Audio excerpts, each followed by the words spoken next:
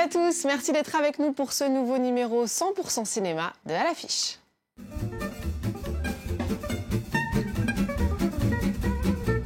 Il est considéré comme l'inventeur du jazz manouche. Dans Django, Reda Kateb incarne le célèbre guitariste tzigane Django Reinhardt. J'ai un truc à te dire, maman. Là maintenant, je suis enceinte. Quoi, déjà ? La cinquantaine triomphante dans Aurore, Agnès Jaoui joue une quinquagénaire bien décidée à ne pas se laisser réduire à son âge. Non. Alors moi j'ai pensé à... La famille, la mort et la transmission dans Après la tempête, le japonais Koreeda explore à nouveau avec une grande sensibilité les thèmes qui font son cinéma. Et pour en parler, je vais tout de suite retrouver Thomas Borez.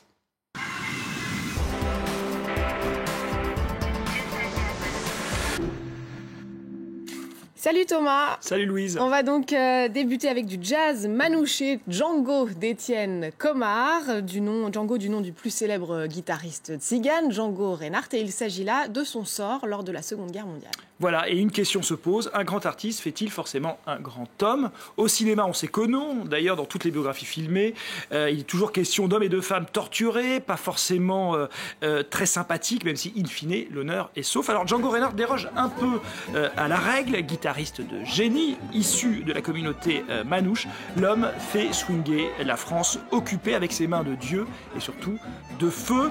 Alors le film se concentre sur l'année 1943, Django n'est pas trop regardant sur la qualité de son public, nazi et collabo. Il est un peu dans une bulle avec ça. Voilà, ouais, l'applaudissent. On prévoit même une tournée dans l'Allemagne d'Hitler jusqu'au jour où le tzigane. Donc Reinhardt va se retrouver à la croisée des chemins, à savoir ne rien faire ou essayer de sauver sa peau et donc celle de sa communauté.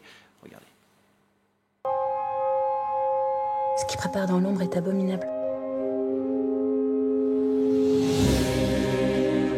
Django est un musicien unique. Il n'a pas encore composé de très belles choses. C'est mon homme. Oubliez-le. Écoute comme c'est beau. Ça fait 2 mois que je pars d'ici. Tu devais nous faire passer en Suisse. Je suis là avec ma famille à attendre un signal pour passer. C'est jamais le bon moment. J'y crois plus à vos promesses. S'il te capture, il te tourne. Vous connaissez la musique au moins ? Non.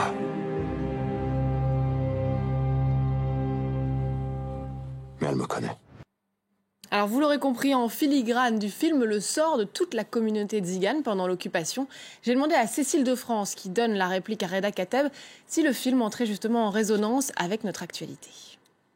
Quand on pense aux migrants, aux clandestins, aux apatrides, il y a effectivement une résonance aussi, le pouvoir qu'a la musique. L'art a toujours dérangé un petit peu les mauvais esprits qui voulaient éteindre et contrôler les êtres humains.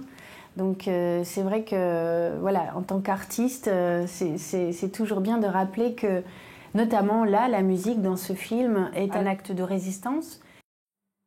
Voilà, c'est intéressant d'écouter Cécile de France sur l'actualité du film. Moi, à mon avis, l'actualité, ça se joue pas trop là, c'est sur la notion d'engagement. En fait, c'est à la fois la qualité et le défaut du film, c'est-à-dire que c'est un film sur quelqu'un qui ne s'est vraiment jamais engagé. Donc une espèce de quelqu'un d'assez passif, c'est-à-dire qu'il est un peu dans sa bulle, vous l'avez dit, avec son jazz, mais il reste comme ça un peu toujours, je parlais de croiser des chemins, mais c'est un peu ça. Donc en fait, on a une espèce de film qui fait un peu du surplace. Alors c'est à la fois sa caractéristique, il l'assume totalement, Étienne Comard. Étienne Comard, c'est un producteur avant d'être un réalisateur. Il a produit notamment les films de C'est son Maïwenn. premier film d'ailleurs, je crois. Premier film en tant que réalisateur. Il avait produit notamment Timbuktu. Voilà, il a l'œil pour ça. Il y a une très belle lumière, une très belle musique aussi de Warren Ellis. Les fans de Nick Cave et de Bad Seeds sauront de qui je parle. Voilà, donc c'est une espèce de film qui est un peu dans sa bulle, qui fait un peu du surplace. Il n'empêche que la vraie qualité du film, on s'en doute, c'est Reda Kateb avec une ouverture. D'ailleurs, c'est vraiment là où on le voit jouer. C'est-à-dire qu'il s'est entraîné, je crois, pendant 1 an, Reda Kateb, et ça fait pas du tout performance. On le voit avec sa guitare dans une scène vraiment prodigieuse au début, et après la musique, on va dire presque est un peu mise à l'écart. Voilà, Reda Kateb, c'est un acteur français aux origines multiples, et ça lui donne une espèce comme ça de capacité à incarner plein de personnages, surtout de traverser les frontières. C'est vrai que quand on regarde sa carrière, il y a Un prophète, d'Audiard qu'il avait révélé, mais il y a aussi Zero Dark Thirty, où il se faisait malmener. Voilà, où il y avait encore Hippocrate, le succès de Thomas Lilti, ou encore Les Derniers Parisiens, tout récemment. Voilà donc un film qui vaut vraiment pour son interprète principal. Avec donc le bon casting pour ce Django Reinhardt. On passe à Aurore de Blandine Lenoir. Agnès Jaoui incarne une quinca en crise, mais qui va relever la tête. Oui, surtout Aurore, c'est le prénom de cette femme pleine de vie, un prénom qui lui va d'ailleurs très bien, puisqu'elle traîne avec l'idée tout le temps d'un soleil levant. Alors la vie elle-même, elle n'est pas très tendre avec elle, le chômage pointe, les enfants quittent le nid, il y a même la grossesse d'une d'entre elles qui vient lui rappeler que bientôt, on l'appellera peut-être mamie. Alors comme dans tous les contes de fées, bien sûr, Aurore attend le prince charmant. Voilà, on va regarder, surtout écouter Aurore et son interprète principal, Agnès Jaoui. Les mecs, ils grèvent des cœurs, des mains, des poumons. Ils sont même pas foutus d'inventer quelque chose contre les bouffées de chaleur. Ça me rend dingue. J'aime beaucoup l'idée de mettre les pieds dans le plat. C'est bon là, ton petit cul en cuir là. Pardon, madame.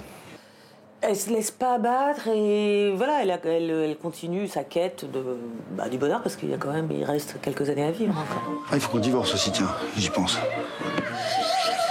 Excuse-moi, je pensais pas que ça te ferait autant d'effet. C'est la méno. Ça va. On va faire un petit dossier.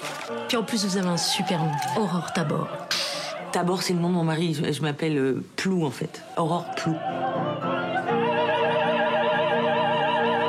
Voilà, Aurore, c'est un film qui fait du bien. Alors, c'est pas du grand cinéma, on le voit, hein, c'est toujours très plan rapproché. Mais moi, j'aime bien aussi ces films qui restent modestes dans leur mise en scène, puisque l'essentiel est ailleurs. Il est dans les situations qui sont vraiment toujours très drôles, les dialogues qui le sont aussi. C'est vrai que c'est écrit par la réalisatrice elle-même, qui vraiment arrive très bien à sentir ses personnages et ce qu'en font évidemment ces personnages. Alors, bien sûr, il y a Agnès Jaoui qui est vraiment formidable. Elle arrive à faire pétiller à chaque fois chaque dialogue, et c'est vraiment doux, amer. Elle arrive très bien à manier le chaud et le froid, ce qui est plutôt bien. Et elle est bien entourée.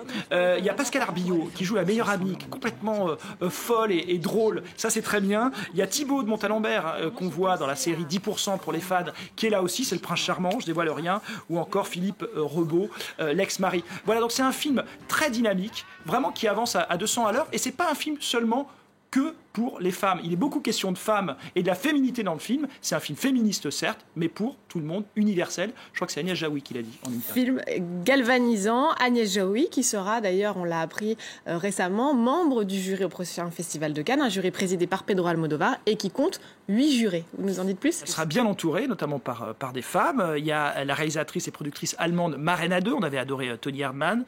L'actrice américaine Jessica Chastain, on ne la présente pas. L'actrice Fan Bing, elle est chinoise. Le réalisateur sud-coréen Park Chan-wook, je sais qu'on a des fans ici. L'acteur américain Will Smith, ou enfin le réalisateur italien Paolo Sorrentino, sans oublier bien sûr Gabriel Yared. Il est français et c'est un compositeur de musique de film de renom. L'éclectisme à Cannes. Alors, direction maintenant le Japon avec le nouveau film d'Hirokazu Koreeda. Ça s'appelle Après la tempête. Et oui, il était cannois aussi celui-là. C'était l'année dernière dans la catégorie Un certain regard. Alors Koreeda, c'est le digne descendant des grands maîtres du cinéma japonais de l'intime, Ozu ou encore Naruse. Et il signe de son propre aveu l'un de ses films les plus personnels. Alors c'est un peu courageux quand on sait qu'il est question d'un héros en manque d'inspiration et qui est en pleine désillusion artistique. Hein. Ouais, c'est vraiment l'anti-héros. Donc voilà, on pouvait craindre d'une certaine manière un film un peu de la rupture. Ben non, on reste fidèle à la grâce et donc à la justesse et la mélancolie et même la douceur du cinéma de Koreeda. Koreeda, pour ceux qui ne sauraient pas, c'est Nobody Knows, Still Walking ou encore Tel père, tel fils, qui avait failli d'ailleurs avoir la Palme d'Or en 2013. Hein. On se souvient du président Steven Spielberg ému aux larmes à l'issue de la projection. Une histoire de transmission, on se doutait que ça plairait à Steven Spielberg. Absolument. Voilà. Donc Après la tempête, donc c'est le titre de ce film et qui parle donc d'un héros solitaire qui joue les détectives privés puis qui va dilapider les maigres économies qu'il vient de recevoir. Voilà, il le regarde, Koreeda, ce personnage tombé droit dans les yeux, un film de poète et poétique. Alors, changement de registre, mais c'est la preuve que Thomas Borès peut tout aimer mais oui. au cinéma. Avec, on va passer à Gardiens de la Galaxie, c'est le deuxième épisode de de cette saga de Marvel qui avait, je sais pas, rassemblé combien de millions de téléspectateurs. Et on retrouve à nouveau ces super-héros complètement loufoques. Voilà, et les téléspectateurs du précédent vont se diriger dans les salles en masse, forcément. On a l'impression de voir un peu un épisode de Star Wars psychédélique. C'est vrai que si la saga de George Lucas, plutôt grise, voire noire, là, c'est vrai, c'est un déluge de bleu, de couleurs vertes, jaunes. Et ça, c'est plutôt drôle. Donc, on retrouve tous les héros, Star-Lord, Gamora, Drax le Destructeur, Yondu, ou encore la petite brindille Groot, qui a aussi ses fans dans la rédaction. Voilà, tout ce beau monde est doté de forcément pouvoirs que vous et moi, nous n'avons pas.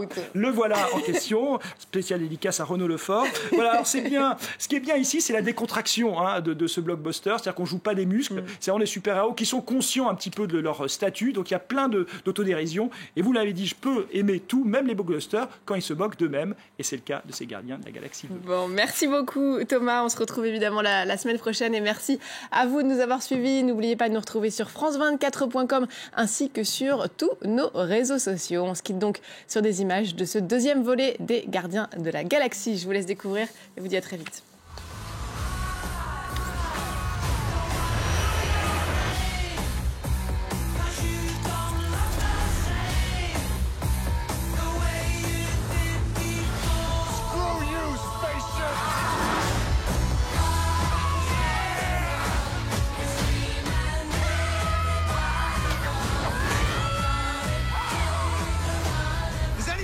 Tape out there. I want to put some tape over the death button.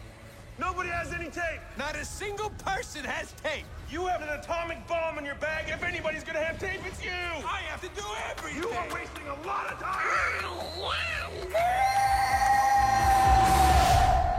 That's a really bad sign.